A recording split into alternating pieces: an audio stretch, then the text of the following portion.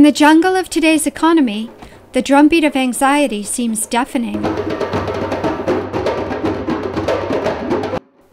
Fear and stress can cause us to lose confidence just when we need to join with neighbors to help each other through hard times.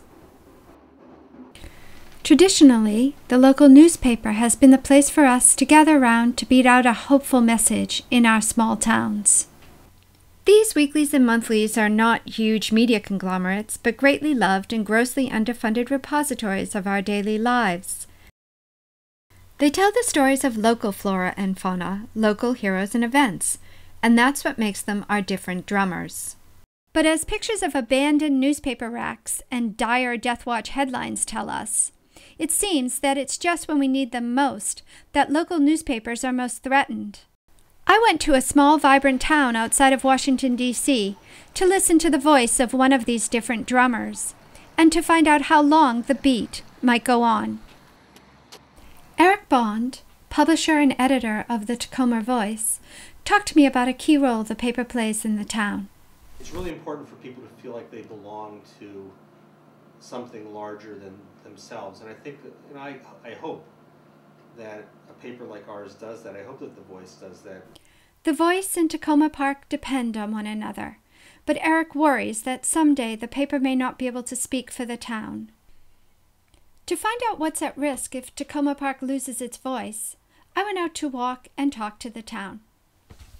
Takoma Park has a thriving natural food co-op and is a nuclear-free zone.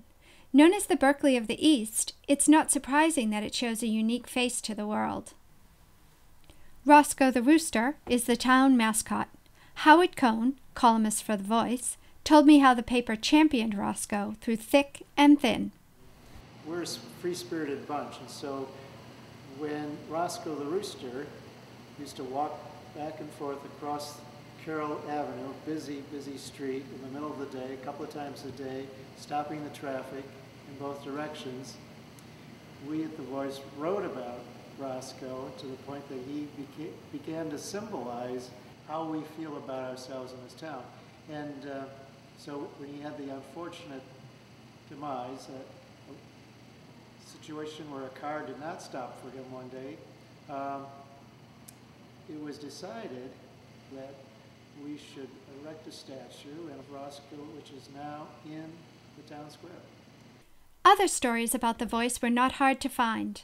Sarah D'Amelio of Skin Can Do, who makes combat-ready balm for the troops in Iraq and Afghanistan, stopped me in the street when she saw my camera. The Voice picked up the story and ran it actually 3 different times in both the Silver Spring and the Takoma Park Voice. And the amount of response and donations that I received from that were, it was amazing, the response, the local response. And I couldn't have done it without The Voice. Kelly Mayfield, artistic director of Contradiction Dance, who hosts the drumming circle, talked to me about how The Voice helps to keep the town on the same page. One of the main ways that we use The Voice to get the word out is through their calendar submission process. It's so easy, and you can do it online, you can do it through email.